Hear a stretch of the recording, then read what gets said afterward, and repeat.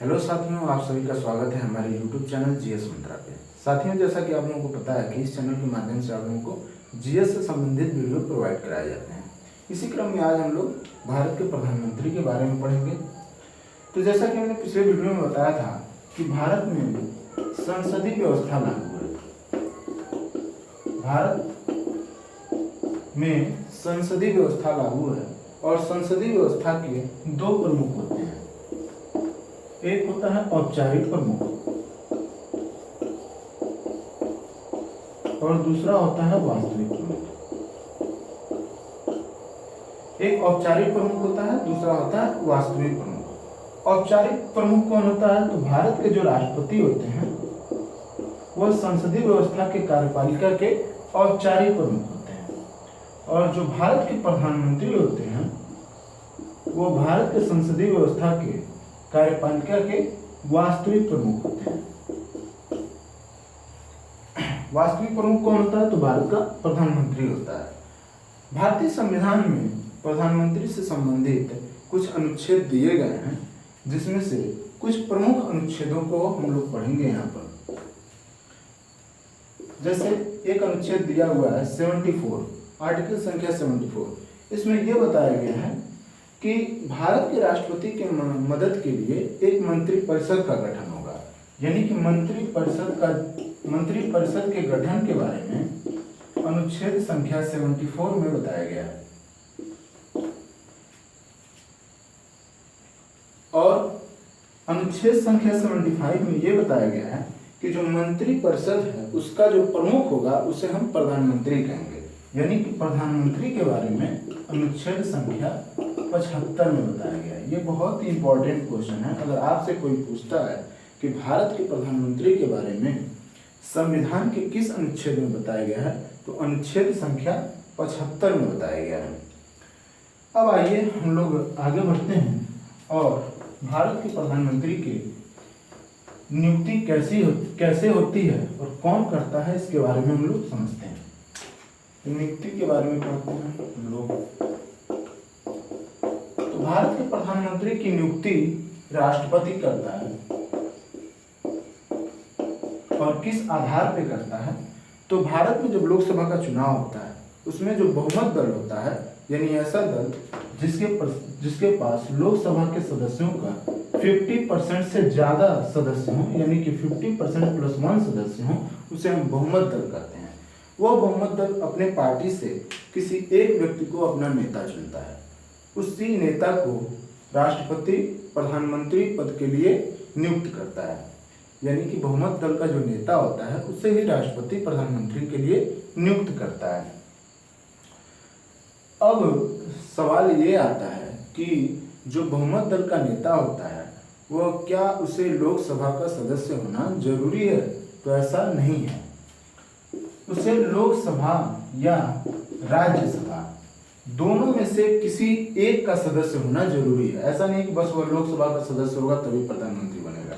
या तो वह लोकसभा का सदस्य हो या फिर राज्यसभा का सदस्य हो, दोनों में से किसी भी एक का सदस्य अगर होगा तो उसे राष्ट्रपति, अगर दोनों में से किसी एक का सदस्य होगा और वह बहुमत दल का नेता होगा तो उसे राष्ट्रपति प्रधानमंत्री पद के लिए नियुक्त कर देता है।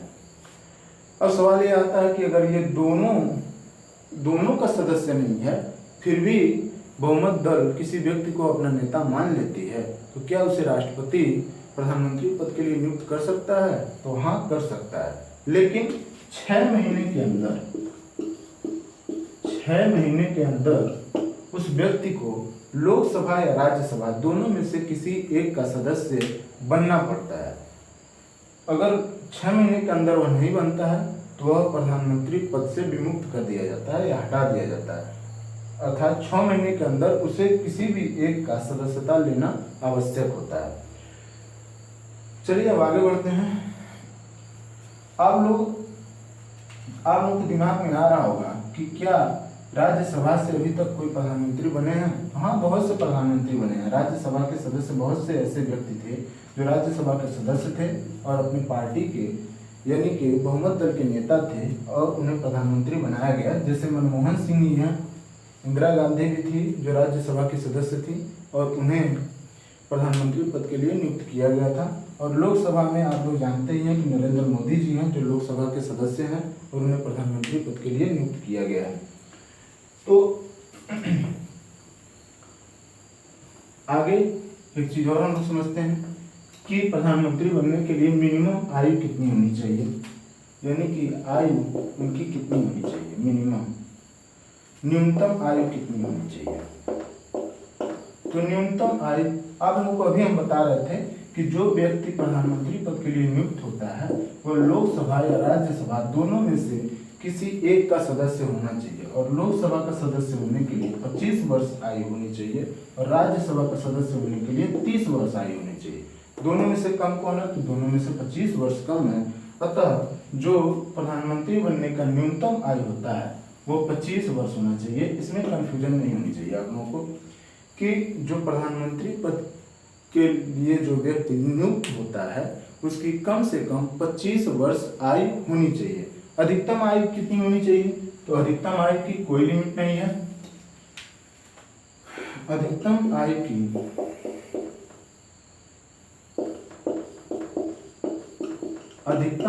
की कोई लिमिट नहीं है, यानी कि नो लिमिट, कोई लिमिट नहीं है, नो लिमिट। यानी कि अगर वह बहुमत दल का नेता है तो उसकी एज कितनी भी हो उसे राष्ट्रपति प्रधानमंत्री पद के लिए मनोनीत नियुक्त कर देता है।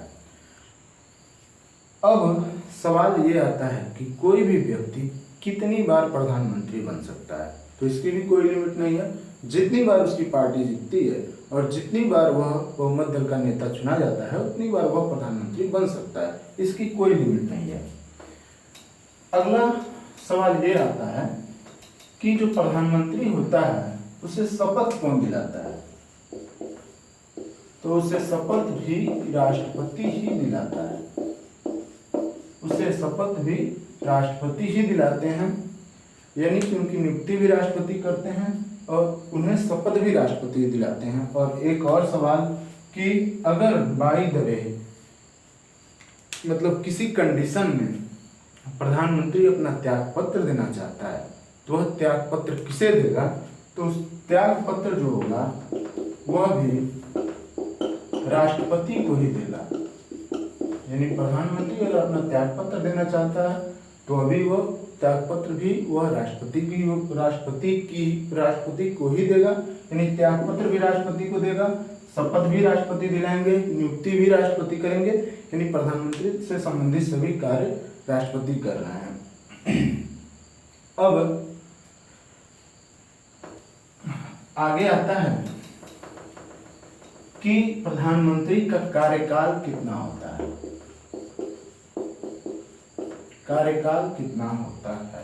तो प्रधानमंत्री का कार्यकाल वैसे तो 5 वर्ष बताया जाता है, लेकिन यह राष्ट्रपति के ऊपर निर्भर करता है, यानी राष्ट्रपति के प्रसाद स्वरूप होता है, राष्ट्रपति पर आधारित होता है। इसे हम राष्ट्रपति के प्रसाद पर आधारित कहते हैं या प्रसाद स्वरूप कहते हैं। यानी जब तक राष्ट्रपति चाहेगा तब तक कोई व्यक्ति प्रधानमंत्री रह सकता है। इसका मतलब ये नहीं कि जब राष्ट्रपति चाहे उसको हटा सकता है, ऐसा नहीं होता है। अगर बाय द वे कहीं गलती से बहुमत दल वाली पार्टी अपना बहुमत खो देती है, उस कंडीशन में राष्ट्रपति प्रधानमंत्री को हटा सकता है।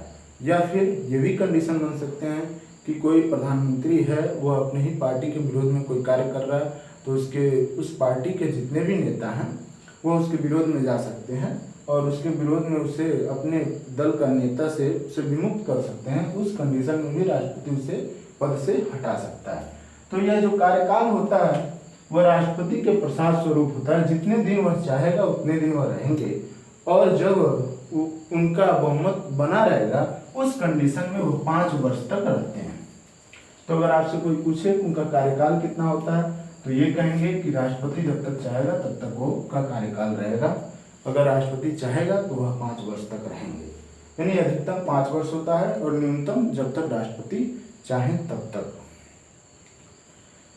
चलिए ठीक है, इसके आगे हम लोग समझते हैं कि प्रधानमंत्री की शक्तियां और कार्य क्या क्या होते हैं, उसे हम लोग समझ लेते हैं। शक्तियां या कार्य। तो प्रधानमंत्री की जो शक्तियां होती हैं या कार्य उसके होते हैं वह कई विभागों में होते हैं। उन सभी विभागों को अलग अलग डिवाइड करके, अलग अलग तोड़ करके हम लोग उसे समझेंगे, जिससे समझने में हमें आसानी होगी।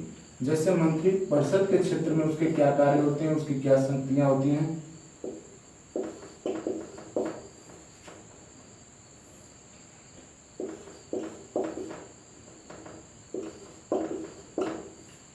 राष्ट्रपति के लिए उसके क्या कार्य होते हैं और शक्तियां क्या होती हैं। संसद के क्षेत्र में उसके क्या कार्य होते हैं और उसकी क्या शक्तियां होती हैं। तो जो मंत्रिपरिषद का जो भी बैठक होता है वह बैठक प्रधानमंत्री ही बुलाता है, यानी मंत्रिपरिषद की बैठक बुलाने का कार्य प्रधानमंत्री करता है और उसकी अध्यक्षता भी प्रधानमंत्री ही करता है, यानी अध्यक्षता का कार्य भी प्रधानमंत्री ही करता है। मंत्रियों को विभागों का बंटवारा भी प्रधानमंत्री ही करता है, यानी विभाग किसको कौन सा मंत्रालय दिया जाए, किस मंत्री को, इसका भी बंटवारा प्रधानमंत्री ही करता है। प्रधानमंत्री ही सजेस्ट करता है राष्ट्रपति को किस मंत्री को यह विभाग दिया जाए। तो विभागों का बंटवारा भी कौन करता है, प्रधानमंत्री ही करता है। उसके बाद से आते हैं राष्ट्रपति के लिए उसके कौन कौन सी शक्तियां हैं, कौन कौन से कार्य हैं। तो राष्ट्रपति को सलाह देने का कार्य भी प्रधानमंत्री ही करता है। सलाह देने का कार्य प्रधानमंत्री का ही होता है। और कुछ ऐसे पद होते हैं जिसपे नियुक्ति राष्ट्रपति करता है, तो उस पद के लिए भी सलाह, यानी नियुक्ति के लिए भी जो सलाह होता है वह भी प्रधानमंत्री ही देता है। जैसे एक पद है महान्यायवादी, तो इस पद की नियुक्ति राष्ट्रपति करता है और किसकी सलाह पर करता है, तो प्रधानमंत्री के सलाह पर करता है। अपने योजनाओं और कार्यों का, योजनाओं और विकास कार्यों की जानकारी भी वह प्रधानमंत्री ही राष्ट्रपति को देता है। योजनाओं और विकास कार्यों की जो जानकारी होता है वह राष्ट्रपति को कौन देता है, तो प्रधानमंत्री ही देता है। अब आते हैं, समझते हैं संसद के क्षेत्र में उसके कौन से कार्य हैं, कौन सी उसकी शक्तियां हैं, इसे भी हम लोग समझ लेते हैं। तो संसद के क्षेत्र में आप लोग जानते हैं कि मंत्रिपरिषद जो होता है वह संसद के लिए उत्तरदायी होता है। तो जो प्रधानमंत्री होता है वह मंत्रिपरिषद का प्रमुख होता है, तो प्रधानमंत्री भी संसद के लिए क्या होगा, उत्तरदायी होगा, यानी संसद के प्रति क्या होगा, उत्तरदायी होगा।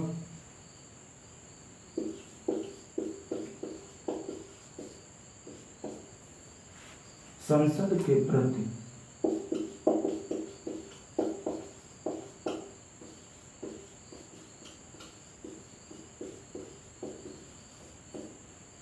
संसद में विपक्ष के नेताओं के सवालों का जो जवाब होता है वह भी प्रधानमंत्री ही देता है। यानी विपक्ष के अगर नेता,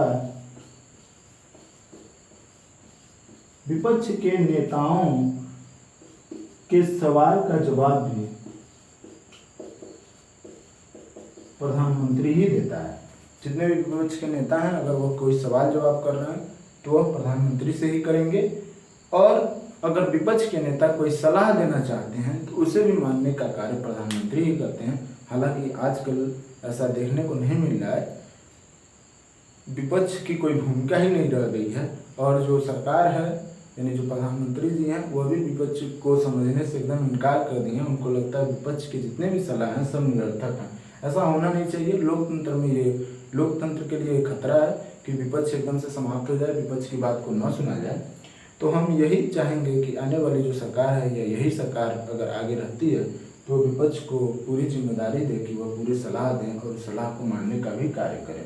इसके अलावा और भी कुछ प्रधानमंत्री के कार्य होते हैं, जैसे नीति आयोग की अध्यक्षता का कार्य भी प्रधानमंत्री ही करता है, या फिर और भी कुछ कार्य हैं जैसे अंतर्जातीय परिषद जो होता है उसकी भी अध्यक्षता प्रधानमंत्री ही करते हैं।